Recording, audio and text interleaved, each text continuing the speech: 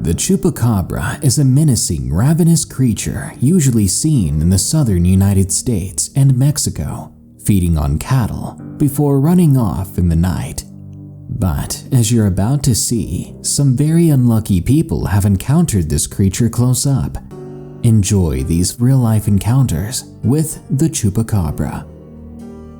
If you have a story of your own and you want it narrated, share it with us at darkstories.org.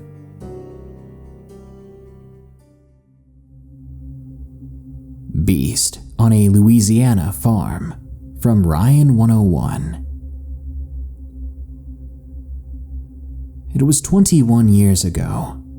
I encountered this beast or monster. Call it whatever you want, but it was not human. I spent my entire life up until I was 19 on a farm in Louisiana in the middle of nowhere. We had horses, cattle, chicken, etc. It was quite peaceful most of the time.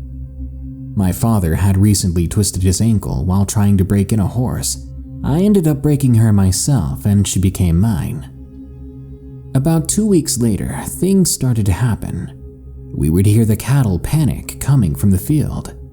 Every time we checked, one of the calves would be missing. The odd thing was there were no traces of the calf left, except for blood and some of the hooves. My father was furious as this happened almost every week in the first month of winter. We always guessed at it being a bear, because there weren't any wolves or coyotes around here. So my father began to set traps at the edge of the woods to hopefully catch whatever was doing this. All we ended up catching was one red wolf and some foxes.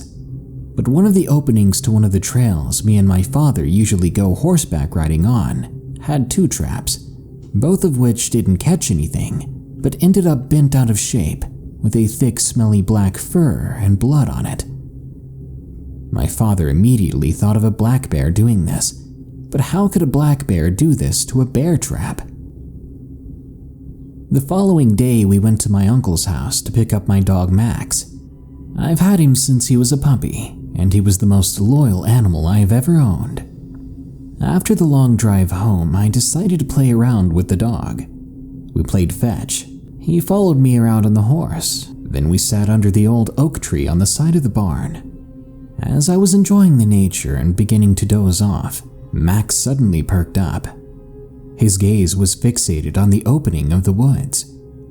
What was just curiosity, though, turned into a low and menacing growl coming from Max. Max stood up, showing his teeth, and all the hair on his back stood on end. I stood up and was scanning the edge of the woods to see if I could see anything. This continued for what seemed like forever, until it all just stopped. Max immediately calmed down and looked at me. I was a little creeped out then. I took a deep breath and told Max it was time to go in and eat, and so we did. The next day, my father was setting up something in the top of the barn. I walked over and asked, "What you doing, Pops?" He sighed and chuckled and gestured for me to climb up the ladder, and I did. He was setting up a camera, apparently. "We just might see what's doing this," he said to me. Next to him lay a hunting rifle. "What do you plan on doing with that?" I asked. He looked at me and said, "Whatever it is, we're gonna stop it. But first we need to bring the cattle closer to us so we can get a clean shot."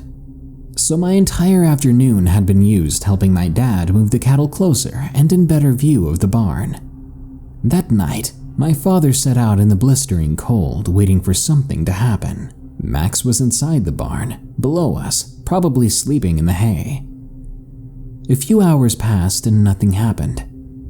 I was beginning to doze off, lying down in the hay until I heard something rubbing against the side of the barn, knocking over a bucket.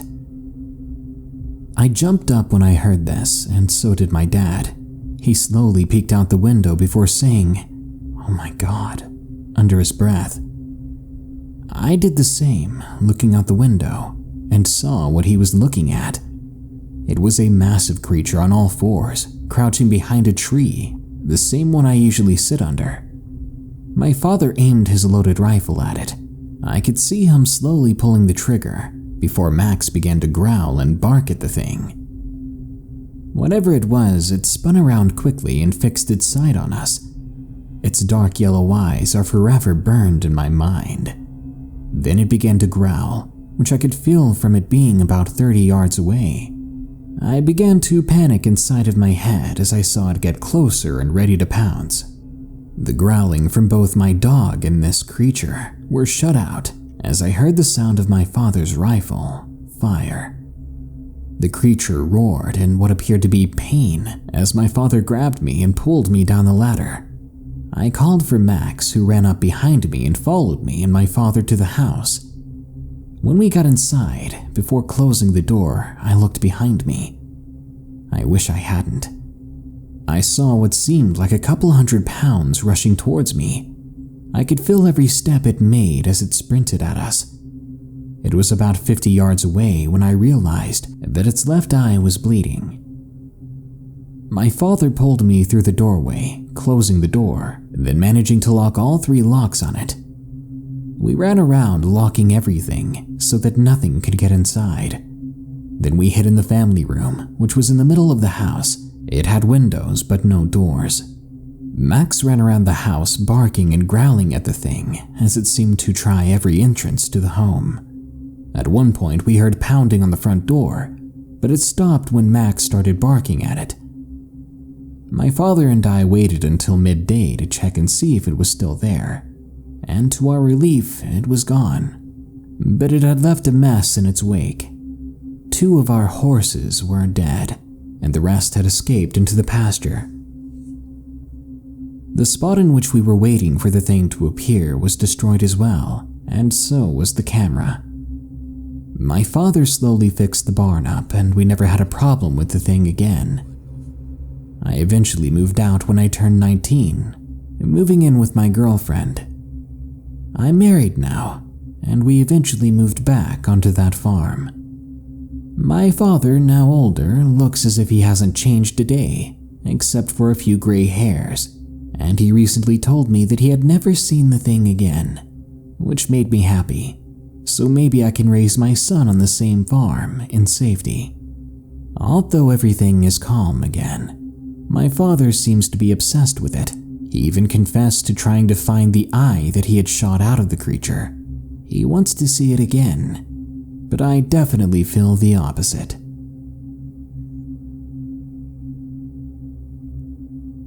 Winged Creatures from MISST. This took place in Mexico, specifically Rio Bravo, Tamaulipas. It was right next to the border of Texas.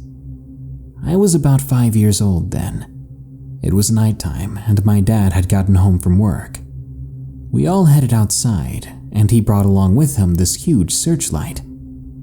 My mom said it was like the ones you see on superhero movies. It was so big that it took up the entirety of the back of the truck. It was maybe 4 to 5 feet in diameter. My mom said we were all excited about it. She asked my dad to turn it on so we could see how it looked. My dad agreed, but he said he would point it towards the sky as it could damage your sight. He did, and they all said it looked amazing. You could see the light go all the way up to the sky, touching the clouds. We were just enjoying the sight. I honestly can't remember any of it though. Even the next part, even though my family remembers it clearly. That's when they saw them. There were 5 creatures with massive wings, resembling a mix between reptile and mammal. They said that they were coming closer and closer, and they could make out huge claws on both hands and feet. They seemed to be attracted to the large light. They were massive, maybe 10 feet, even being so far up we could tell they were big. They were gray or black in color, and were doing weird formations or shapes, dipping in and out of the clouds. Then after a while they appeared to lose interest and disappeared into the clouds. My family was in disbelief. No one had a clue what these creatures were. My mom said that the family did not feel threatened or afraid at the time, just amazed.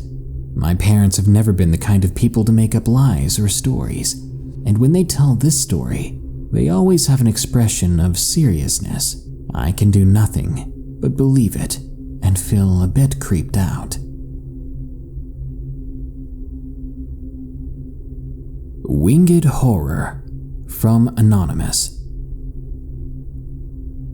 It was either May or June of 1996. I was newly married, and my husband and I bought a brand new house out in Rialto, California. If you drive by there now, there's houses all over, but back in 1996, there weren't as many there, and there was still plenty of empty lots and open space. I worked in LA and had a 2-hour drive home every night. Since our house was brand new, there were no curtains. We had so many windows and curtains were so expensive that we could only afford to buy one room at a time. The room I hated the most to be in at night was the kitchen, because the window there above the sink was huge, and of course it didn't have curtains yet. When you looked out of it, all you could see was pitch black. I would refrain from looking out of it because I was always afraid that one day I would look into it and see some maniac's face staring back at me fiendishly. Well, that never happened, but guess what did? It must have been around 10 p.m. I was still opening boxes, cleaning, cooking, and washing. I was walking through the kitchen and into the den when some movement outside caught my eye. The moon was bright in the sky, and the neighbors had their backyard lights on, so visibility was better than normal. When I looked out at the movement that caught my eye, and keep in mind I know it sounds weird, but I saw a big dog standing or walking along the back fence. When I say a big dog, I mean a creature that had a long body like a husky or German shepherd. It was a big, long dog-like thing, just walking along the fence with its head down, as if it was sniffing, just like you'd see a normal dog do at the park. I didn't know my neighbors yet, so I figured that one of them must have had a table near the fence, and that this was one of their dogs climbing up there and getting a good sniff. I noticed this but continued walking into the den, but then it hit me. The back fence does not have a rim or edge for anything to walk on. It was wooden and stood straight up, like a typical privacy fence. A sudden chill came over me, so I walked back to the window and looked out at the back fence. Only now I saw that the dog was not a dog. This thing, whatever it was perched on the back fence and was staring in at me. It looked more like a massive buzzard. It had a long neck and a big body. I froze at first when I saw it. I then moved a little to my left, but its head followed me wherever I went. I moved to the right then, and again, it continued to stare at me. I remembered saying to myself, if that thing were to fly through this window and get in here, I'd be dead. I didn't have any weapons or any way to defend myself, especially against a nightmarish creature like that. Then the freakiest thing happened. This creature had wings and opened them up like a huge kite or bat. It was so beyond belief that I nearly passed out. It spread its wings and leapt into the sky. I was shaking so bad at this point, I began to cry. I know what I'd seen, and it was no dog, and it certainly wasn't my imagination. I then became afraid to go back upstairs to my bedroom. The upstairs did not have curtains yet. I had bought some cheap towels and hung them there though until we could afford curtains. I left all the lights on and stayed in the one and only room that did have curtains.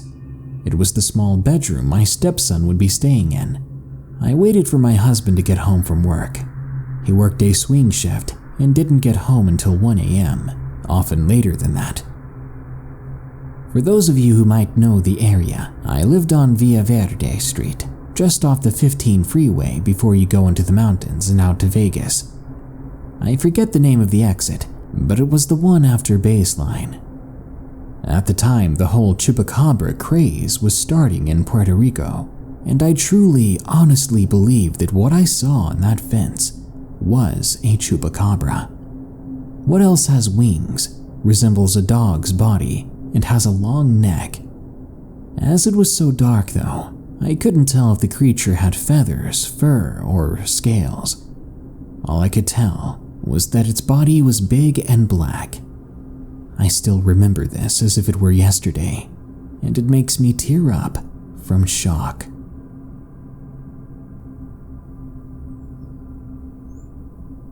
My Chupacabra encounter from WDN 69.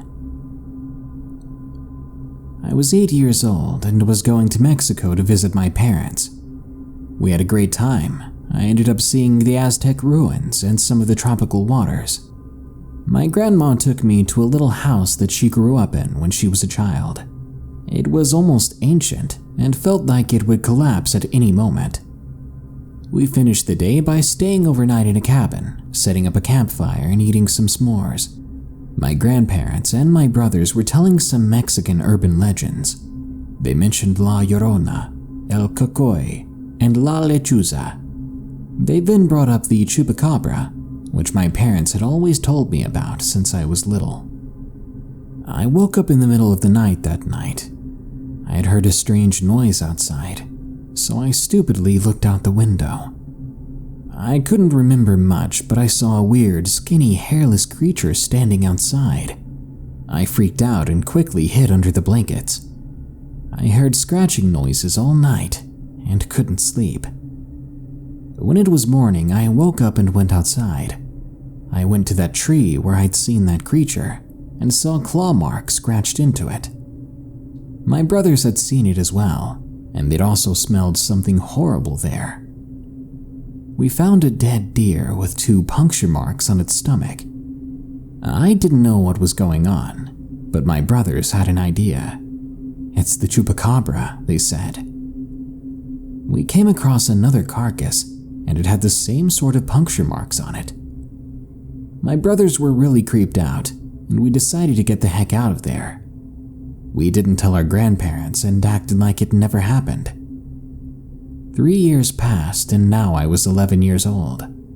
I had almost forgotten about the Chupacabra incident. My mom told us that we could visit our grandparents again soon. It had been 3 years, and I was looking forward to it. When we visited, we went to Cancun and Mexico City together.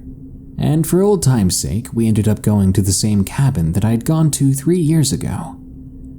That's when the memories of the Chupacabra came back to my head.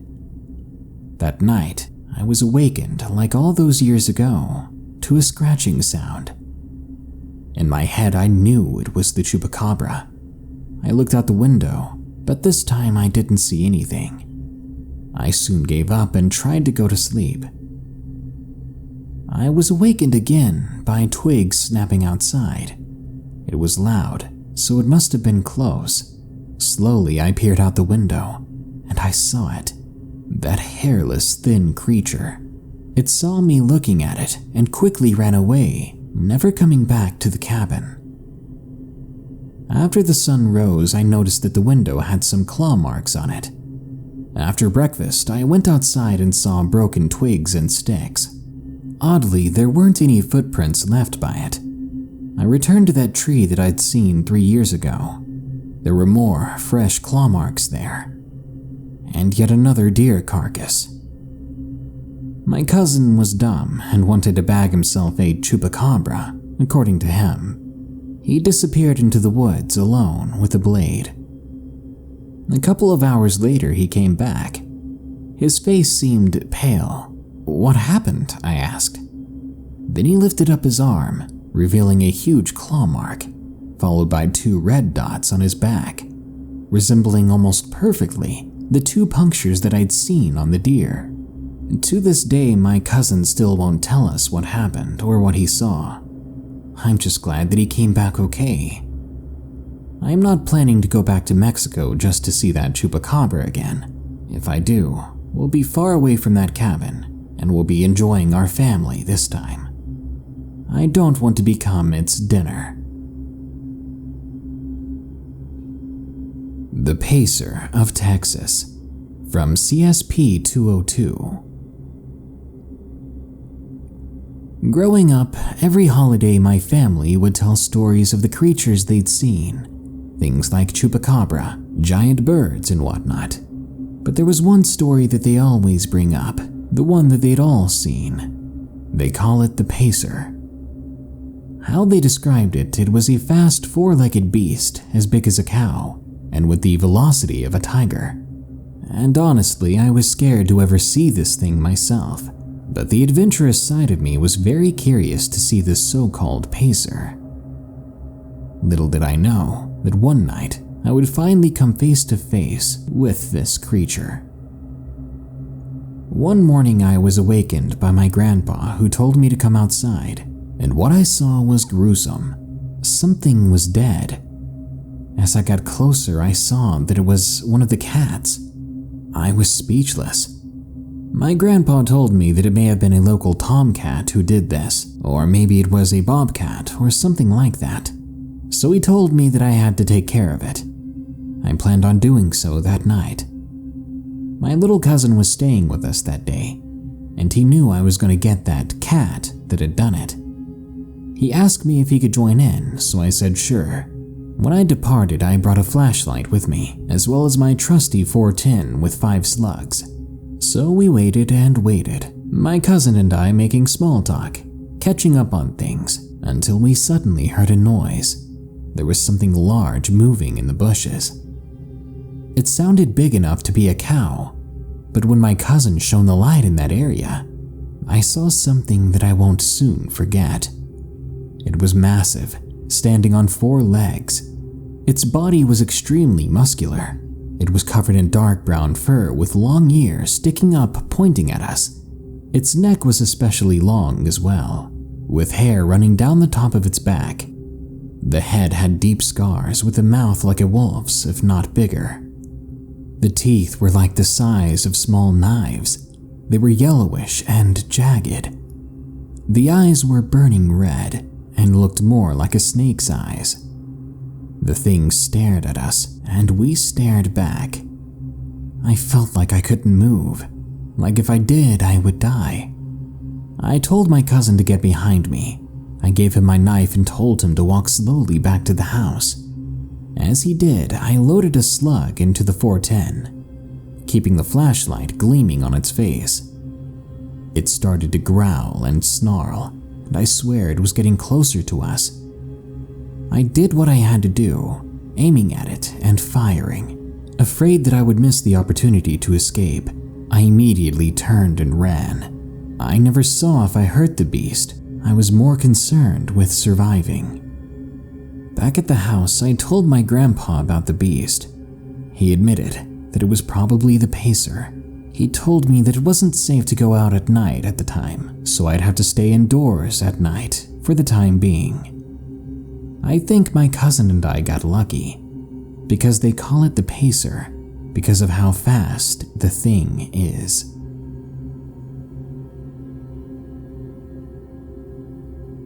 Chupacabra on my grandparents' land, from KINGCRINGE. My grandparents own part of a really big old gravel pit, and my brothers and cousin and I, being the stereotypical little kids, often went on a lot of adventures, if you will. We were building more or less a fort by clearing the brush in a wooded part of the area, while we had our dog tied up to a tree with a really long leash. He was a big dog, and we all knew he could snap that rope if he wanted to, but he was really well behaved. But right around 4 o'clock, he started to growl really low and was quite skittish. Out of nowhere, he took off straight into the trees, snapping his rope like floss. There was a very throaty sound, like nails on a chalkboard mixed with golems gurgling. We heard the sounds of crunching leaves and thought it was the dog running back, but instead of the dog coming out of the woods, we saw something tan-colored and hairless running through the tree line. I didn't get a good look at it, but I guess it was closer to the size of a skinny black bear. The dog kept running back to us, then back to where the creature had come from. Thanks to us being young and our lack of knowledge, We just thought it was some animal our dog had spooked and was chasing. So we followed him. In the middle of a bunch of huge blackberry bushes, there was a couple of deer skeletons and some recently dead rodents in a pile. The inside of some of these rodents was completely dry. I remember saying that it looked like beef jerky. Fast forward a couple of months. My cousin and I were playing in the gravel pit when we saw a cougar walking towards us. Then, through the nearby bushes, a tan-colored thing popped up, jumping out of the tall grass and lunging at the cougar. The cat ran off spooked, and the thing chased after it. All I can say is that we were left there, dumbstruck.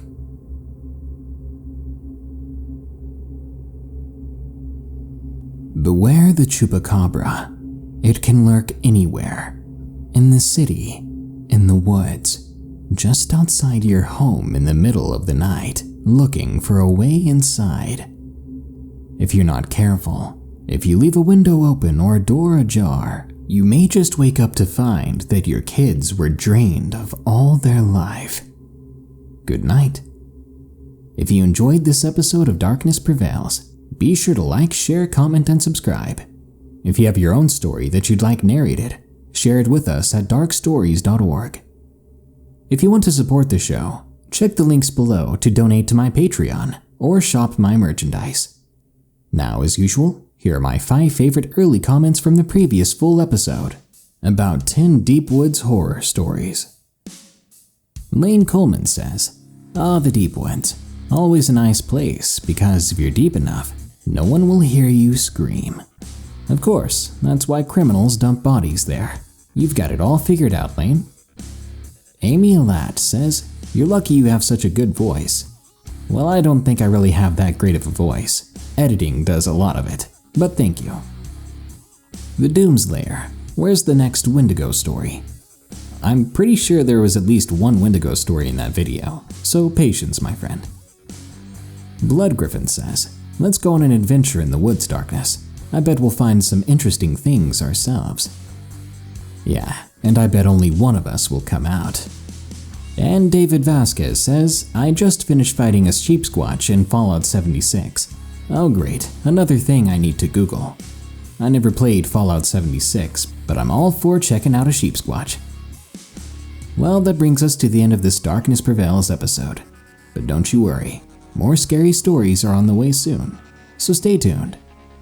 Until next time, here are the credits to my amazing patrons who continue to donate. They're amazing people.